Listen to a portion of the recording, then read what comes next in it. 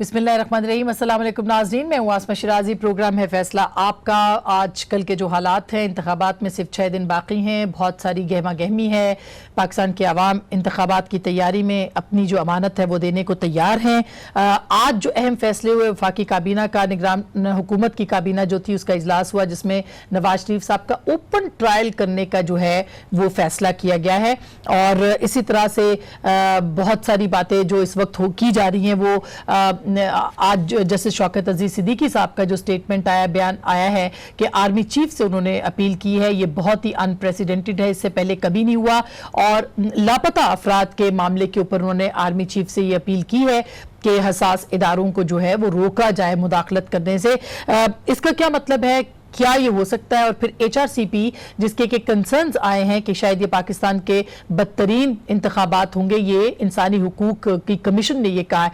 बहुत अहम सवालात हैं, कहाँ क्यों ये इल्जामात पाकिस्तान के एक इंतखाबात से पहले का जो मरहला है उसके ऊपर लग रहे हैं। इंतखाबात के दिन पे क्या होगा और इंतखाबात के हवाले से क्या प्लानिंग है, कितने अहम चीजें हैं, इन सारे मौज़ूआत के ऊपर। और खास करके पाकिस्तान पीपल्स पार्टी के चेयरमैन ने आज भी इल्जाम आयद किया है कि कठपुतली हुकूमत जो है बनाने की कोशिश की जा रही है और कठपुतली जमातों को इकट्ठा करने की कोशिश की जा रही है। क्यों वो कंसर्न्स ये बार बार सामने लेके आ रहे हैं? और नया मिसाक जमहूरियत एक उनका जो आइडिया था उस पर खान साहब ने कहा है कि ये मुकमुका होगा अगेन दो जमातों के बीच में। इन सारी मौज़ूआत के ऊपर बात करेंगे आज के हमारे इस प्रोग्राम में। हमारे प्रोग्राम के पहले हिस्से में मौजूद होंगी पाकिस्तान पीपल्स पार्टी की एक सीनियर शख्सियत, उनसे हम बात करेंगे। और प्रोग्राम के दूसरे हिस्से में हमारे साथ होंगे बैरिस्टर अली जफर जो कि वजीर कानून और वजीर इत्तलात हैं, उनसे हम बात करेंगे। आप ब्रेक लीजिएगा। ब्रेक के साहबा सेंटर शहरी रहमान हमारे साथ मौजूद हैं, उनसे हम बात करते हैं। अस्सलाम वालेकुम शहरी। अस्सलामुअलैकुम आसमा। शहरी, हम ये जानना चाह रहे हैं कि पाकिस्तान पीपल्स पार्टी मुस्तकिल, और आपके जो चेयरमैन है वो मुस्तकिल ये बात कर रहे हैं कि एक नया इत्तेहाद, एक नई IGI तश्कील करने की कोशिश की जा रही है। बल्कि इमरान खान साहब ने GDA के साथ मिलकर चलने की बात की है और काफ़ी तनकीद इमरान खान साहब जो है वो आपकी जमात के ऊपर भी कर रहे हैं। इससे पहले कि मैं आपसे गुफ्तगू का आगाज़ करूँ, मैं चाहती हूँ इमरान खान साहब का सुन लें जो GDA के बारे में वो कह रहे हैं। ज़रा सुनवाइएगा, फिर हम बात करते हैं इस पर। हम सारे उन लोगों के साथ मिल रहे हैं, सिंध में GDA के साथ मिल रहे हैं, सबके साथ मिल रहे हैं। इनके साथ मिलके हमने तुम्हें शिकस्त देनी है। जरदारी पार्टी को हम हराएंगे और जरदारी उसके बाद वो अटियाला जेल में नवाज शरीफ तुम्हारी इंतजार कर रहा है, तुम्हारी भी इंतजार कर रहा है। और जिसने एक दफा कहा था कि मैं जरदारी का पेट फाड़ के पैसा निकालूंगा, शहबाज शरीफ के लिए भी अटियाला इंतजार कर रहा है। शहरी, ये सुना आपने कि एक GDA के साथ, फिर कल ह्यूमन राइट्स कमीशन की रिपोर्ट भी आई कि वहाँ पे सिंध के अंदर पीपल्स पार्टी के उम्मीदवारों को डराया धमकाया जा रहा है, बदतरीन इंतखाब होने जा रहा है। क्या कंसर्न्स हैं? क्यों पीपल्स पार्टी बार बार ये बात कर रही है और इमरान खान साहब ये लबो लहजा आपके खिलाफ इख्तियार कर रहे हैं? सबसे पहले तो आसमा, खान साहब को कुछ लगता है तकलीफ हो चुकी है जब से चेयरमैन बिलावल भुट्टो जरदारी ने पंजाब में कदम जमाए हैं।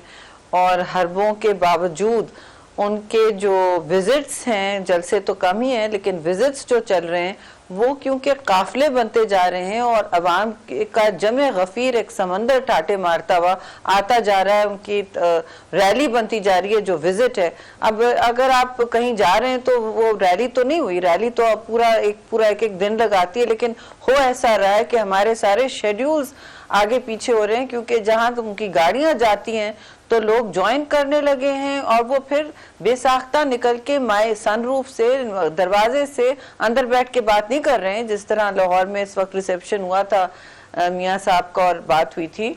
और वहाँ मंशूर हाथ में लिए नजरिए की सियासत की एक लंबी उन्होंने, मैं समझती हूँ, मैदान जंग नजरिए का बनाया है बजाय गाली गलोच या गुल्लू बटों के। और इस वक्त खान साहब को ये तकलीफ नजर आ रही है। और दूसरी बात में बड़ी अजीब सा लगता है कि अब उन्होंने हर समझौते की चादर जो होती है सबके लिए, थोड़ा बहुत समझौता करना पड़ता है सियासत में, उन्होंने तो उसको बिल्कुल मैला कर दिया है समझौते कर करके। जो लोटों का हार वो लेके निकले हैं, अब वो धड़ल्ले से कह रहे हैं कि सिर्फ उनको इक्तदार की हवस है और कोई बात नहीं है, जात है, इक्तदार है, जातियात का कल्ट बन गया है। बदतमीजी, तूफान बदतमीजी का बहरान हर तरह का अफसोस से मैं कहूंगी उन्होंने एक कायम कर लिया है। कभी किसी को गधा कहा जाता है, कभी पार्लियामान पर गाली गलोच की जाती है।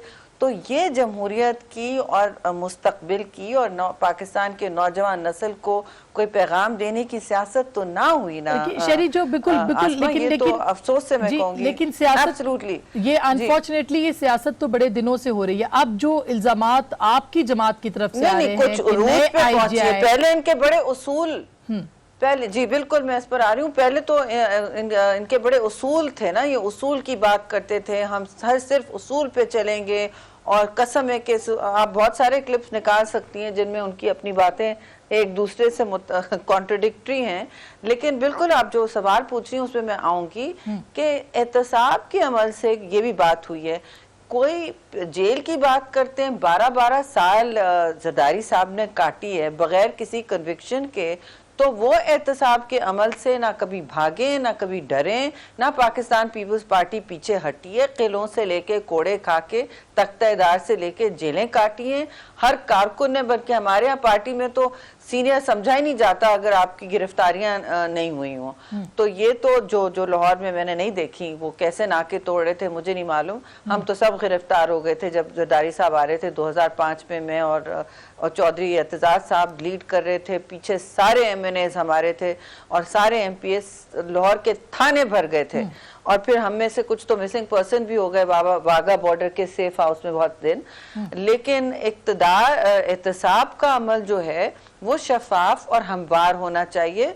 और जो इलेक्शन होता है उसके पहले तो उन्होंने दे दी है गिरफ्तारियां और एक शहादत का लिबादा उड़ा है। लेकिन देखिए गाली गलोच की सियासत जो इस वक्त कर रहे हैं कि मैं सब कुछ छोड़ के, हर उसूल छोड़ के बस इनके पीछे पड़ा हूं, तो ये तो इक्तदार की हवस है। जहां तक चेयरमैन बिलावल भुट्टो और जाती कल्ट, पर्सनालिटी कल्ट की बात हो रही है, हाउ इज द, ये कहां से मॉडर्न है, ये कहां से प्रोग्रेसिव है, ठीक शरी, मगर वो जो IJI के ऊपर उन्होंने कहा है बार-बार, तो क्यों ये तो वो IJI तो इलेक्शन से पहले बनी थी ना।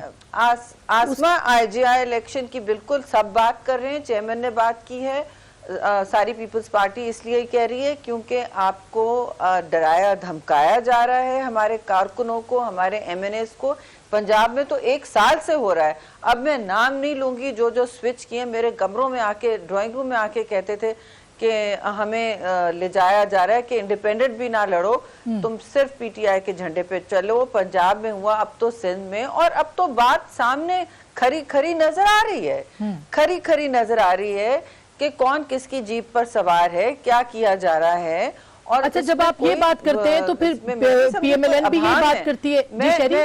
जी PMLN भी यही बात करती है, अपनी बात करे उसको, डोंट ये हम कोई मुकमुके की सियासत की बात नहीं कर रहे। इन्होंने 4 उसी के ऊपर आ रही हूँ कि इमरान खान साहब कहते हैं कि नया मिसाके जमहूरियत जो बात की है वो मुकमुका की बात। मैं सारा अपना बयानिया, आई एम नॉट, मैं इमरान खान पर नहीं अपनी सारी हर बात करूंगी, वो अपने लिए इम्पोर्टेंट होगी।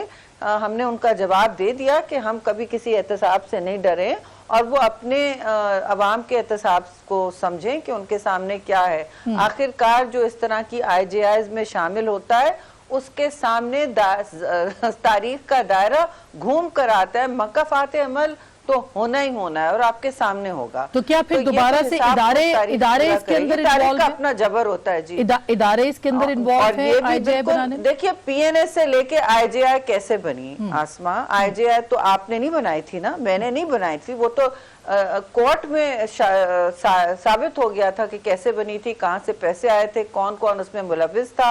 अब इसमें नवाज शरीफ नहीं है इस दफा, नवाज शरीफ के अपने मसले, लेकिन हम उनके साथ मुकबके में तो कहीं नहीं गए हुए हैं। इनको क्या डर है कि ये शायद इनकी, जब से बिलावल भुट्टो जरदारी वहां पहुंचे पंजाब में, इनको जो अब मीडिया सेंसरशिप जारी है वो जमे गफीर नहीं दिखाया जा रहा, चैनल्स बंद कर दिए जाते हैं हमारे। जब भी वो लंबी प्रेस कॉन्फ्रेंस चलती है, पेमरा के चीफ को फिर हम मधु करवाते हैं, इलेक्शन कमिश्नर तो फिर थोड़े दिन आधी चल जाती है। लेकिन लाडला लाडला रह रहा है। आपके भी चैनल्स में, सारे चैनल्स में ऐसा हो रहा है कि हमें कहा जाता है चैनल से कि जी हम पर दबाव आ रहा है। तो आप मुझे बताएं किसका दबाव आ रहा है?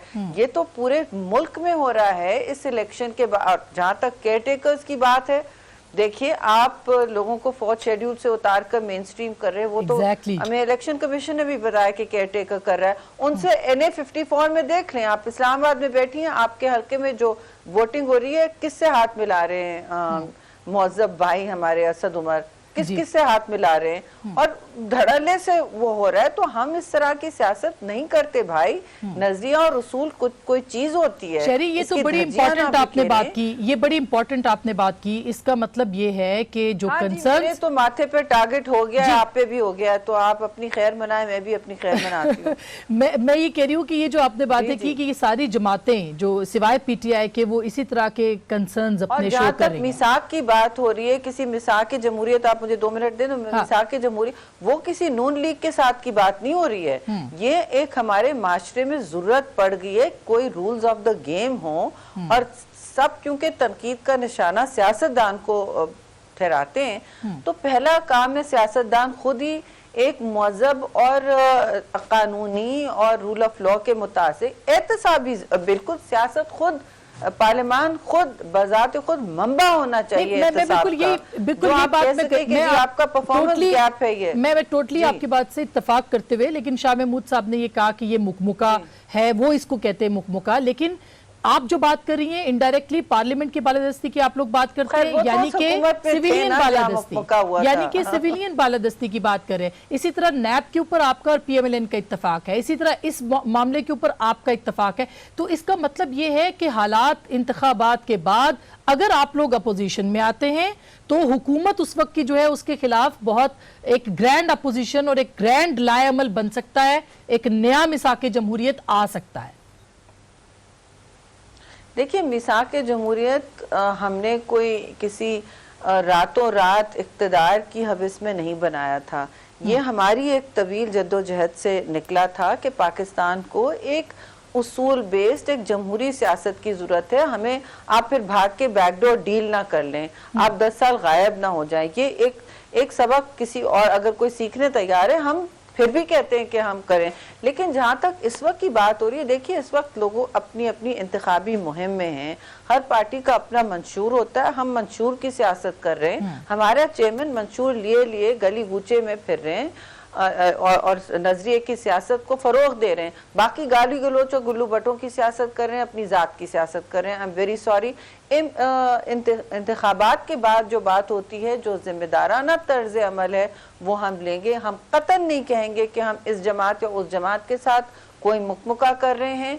आपने हमारे साथ बैठना है मुल्क को बहरान से निकालने के लिए, जैसे चेयरमैन बिलावल भुट्टो ज़रदारी कह रहे हैं। आप नजरिए की सियासत पर करेंगे। पीपल्स पार्टी की उस वक्त की हुकूमत 2007 से 13 तक इस वक्त टेस्ट केस बनी हुई है मिसाली कोalition गवर्नमेंट की, जहां NFC अवार्ड मुंतकिल हुआ, शरी लास्ट क्वेश्चन में आपका कमेंट चाहिए। नजरियाती बुनियाद पर नहीं, मैं आपको एक बहुत अहम बना, क्योंकि नजरियात का आप पूछिए ना किस बात पर आप अग्री करेंगे, हम नजरियात पर अग्री करेंगे। सेक्सुअल हरासमेंट बिल जैसा बिल पास होता है, JUI हमारे साथ मशरूत हुकूमत में है और वो कह रहे हैं कि हम आपके साथ नहीं वोटिंग करेंगे। हमने एक एक करके वोटिंग की। हम एक मिसाली कोalition गवर्नमेंट चला चुके हैं और लोग इसको इंटरनेशनल केस स्टडी बनाए, तो हम नजरिए पर ही जाएंगे जो हमारे मंशूर और उसूल के मुताबिक चलने तैयार है, जो पार्लियामान को एक एहतसाबी मॉडल बनाना चाहता है, जो पार्लियामान को अटेंड करेंगे, गाली गलौज का मामला नहीं बनाएंगे या हदफ नहीं बनाएंगे। बिल्कुल दोनों तंजीमों ने इस वक्त नवाज लीग, अस्मा नवाज लीग और PTI ने दोनों ने पार्लियामान को बेतौकीद किया। बिल्कुल सही बात है। लास्ट क्वेश्चन और मुख्तसर जवाब को इज्जत देते हैं, वो अवाम को इज्जत नहीं दे रहे। जी ये जो जस्टिस सिद्दीकी ने अपील की है चीफ आर्मी चीफ से, इसके ऊपर आप क्या कमेंट करेंगे? देखिए ये तो बहुत अहम मामला है। मैं क्योंकि पूरे दिन हम लोग ऑन ग्राउंड रहे हैं और हर जगह कॉर्नर मीटिंग्स चल रही हैं, लेकिन अगर ऐसी बात बिल्कुल अगर की गई है तो अहम बात है और हमने इसके हवाले से हमारे मंशूर में भी ये सब कुछ है कि ये सब जो बुनियादी इंसानी हकूक के हवाले हैं उनको आप एक कोने में नहीं रख सकते, उनका दामन नहीं छोड़ सकते।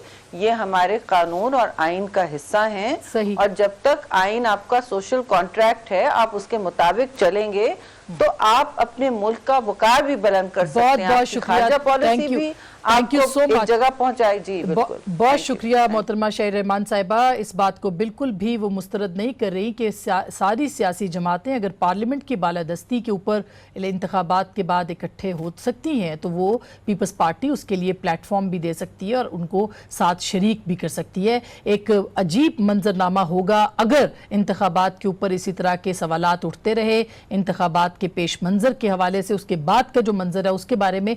उस पर भी हम बात करते रहेंगे, लेकिन एक छोटी सी ब्रेक है। ब्रेक के बाद अली जफर साहब से हम पूछेंगे कि निगरान हुकूमत पे जो 4th स्केड्यूल है उसके हवाले से कलअदम तंजीमें हिस्सा ले रही हैं और जो दीगर मामलात हैं उसके ऊपर क्यों अमल दरामद नहीं हो रहा और क्यों इतनी खुली छूट हो रही है और क्यों एतराज़ात जो हैं वो पॉलिटिकल, खास करके जो रैलीज के ऊपर क्रैकडाउन पॉलिटिकल वर्कर्स के ऊपर हुआ है उसका जिम्मेदार कौन है। छोटी सी ब्रेक।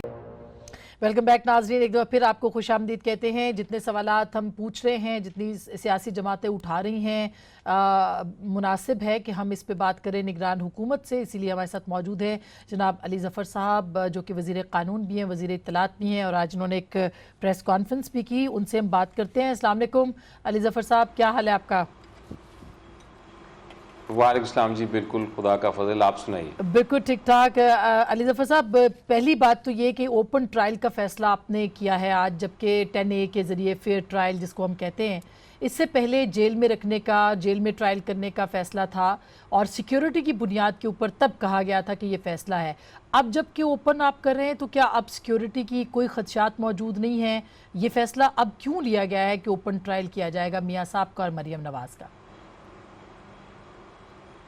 जी देखें, जो पहला फ़ैसला था वो तो एक टेम्पररी फ़ैसला था, क्योंकि उस दिन वो आ रहे थे और अगले दिन चूँकि तारीख़ थी तो नैब के कानून में नैब को इख्तियार है कि वो रिक्वेस्ट कर सकती है सिक्योरिटी रीज़न्स के लिए कि किसी और जगह पे अदालत लगाई जाए। उस रिक्वेस्ट को मानते हुए हमने एक टेम्पररी मेजर तो ले लिया था, लेकिन इसको मुस्तकिल करना मेरे मुताबिक दुरुस्त नहीं था, क्योंकि आर्टिकल 10A आपने बिल्कुल दुरुस्त फरमाया, उसका तकाजा यही है कि ओपन एंड फेयर ट्रायल हो। तो आज जब कैबिनेट मीटिंग हुई जिसमें फिर से मिनिस्ट्री ने रिक्वेस्ट की कि इसको आप तवील अरसे के लिए अदालत को यहाँ परमानेंटली शिफ्ट कर दें क्योंकि सिक्योरिटी थ्रेट है, तो फिर उनको यही कहा कि सिक्योरिटी थ्रेट तो ज़रूर होगा, लेकिन आप अपने मुनासिब जो इक़दामात है वो करें सिक्योरिटी के लिए, और अगर इतना ज़्यादा कोई इशू आ जाता है किसी वक्त तो फिर आप दोबारा दरख्वास्त ले आएँ। लेकिन अभी फ़िलहाल चूँकि सारे मामलात सेटल हो गए हैं तो इसकी हमें ज़रूरत नहीं नज़र आती। तो ये फ़ैसला हमने किया है जो आइन और कानून के मेरा ख्याल मुताबिक है।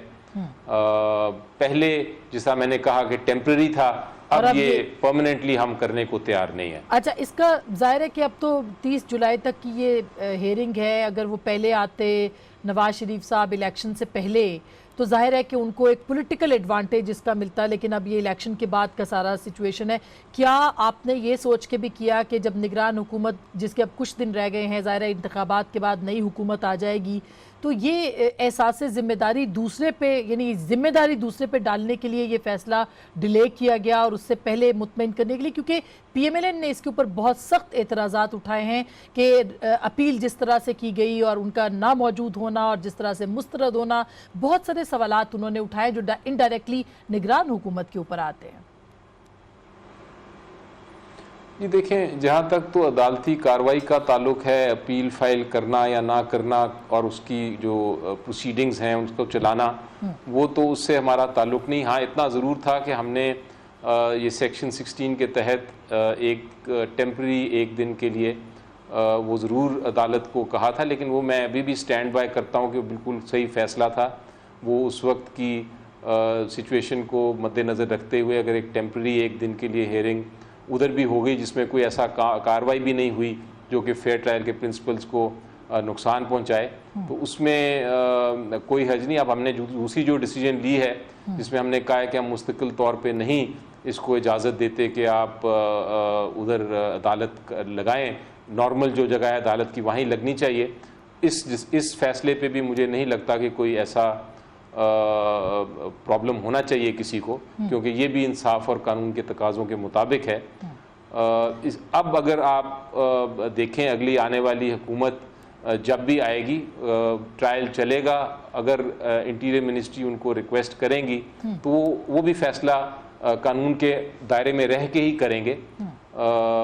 ठीक, अली जफर साहब, लेकिन अभी जो बहुत सारे सवाल अभी सर निगरान हुकूमत के ऊपर बहुत एक HRCP की कल रिपोर्ट आई है जिसमें उन्होंने कहा है कि बहुत बदतरीन इंतखाब होने जा रहे हैं और अनफॉर्चुनेटली इस वक्त हुकूमत आपकी यानी निगरान हुकूमत में आप हैं।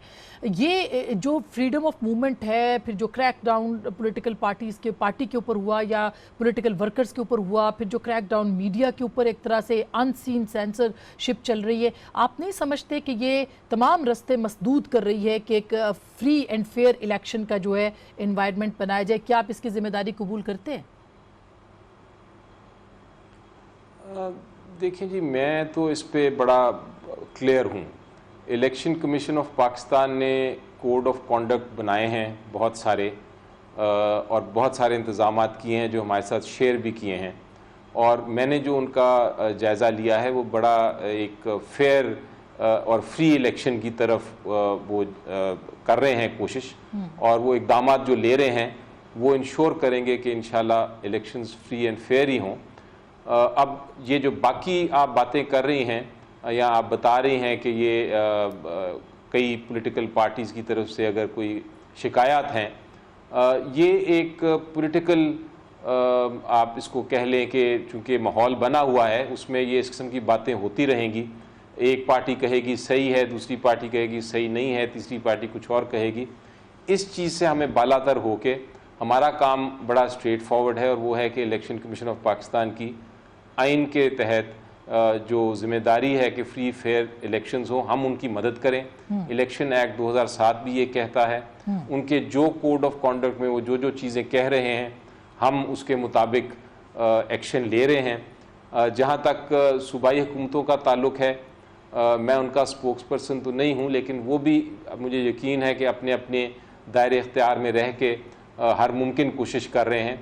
आपको पता है एक बहुत सीरियस मामला है सिक्योरिटी का, उसके लिए इक़दामात करने बहुत ज़रूरी हैं और हो रहे हैं। कोऑर्डिनेशन हो रही है, हर जो लॉ इन्फोर्समेंट एजेंसी है, हर जो मिनिस्ट्री है रेलेवेंट, वो अपनी, और हर प्रोविंस की भी और जो सेंटर की भी है, वो अपनी कोशिश में पूरी भरपूर कोशिश कर रही है कि लेकिन अली जफर साहब, वो ना हो। सर सरेदस्त ऐसे कोई इक़दामात नज़र नहीं आते। मसलन पिछले एक हफ्ते में दहशतगर्दी की लहर, और उसके बाद फिर जो ख़ास करके जो कलदम तंजीमें इंतखाबात में हिस्सा ले रही हैं, फोर्थ स्केजुअल के अंदर खुद जहाँ आप इस्लामाबाद में बैठे हुए हैं, यहाँ पे पॉलिटिकल पार्टीज़ मिल रही हैं उनके साथ, और फोर्थ स्केजुअल के लोगों को आपने निकाला है। मतलब ये नेक्टा कहता है जी पंजाब हुकूमत ने निकाला है, पंजाब हुकूमत कहती है जी वफाकी हुकूमत ने निकाला है, लेकिन ये इल्ज़ाम तो बहरहाल आपको लेना पड़ेगा कि आपके ज़ेर निगरानी जो इंतखाब हो रहा है उसमें माशाल्लाह जो कलदम तंजीमें हैं वो भरपूर अंदाज में फ्री एंड फेयर तरीके से अपनी कैंपेन भी चला रही हैं, उनके ऊपर कोई रोक टोक भी नहीं है, और ये क्वेश्चन हो चुके हैं ये इंतखाबात। नहीं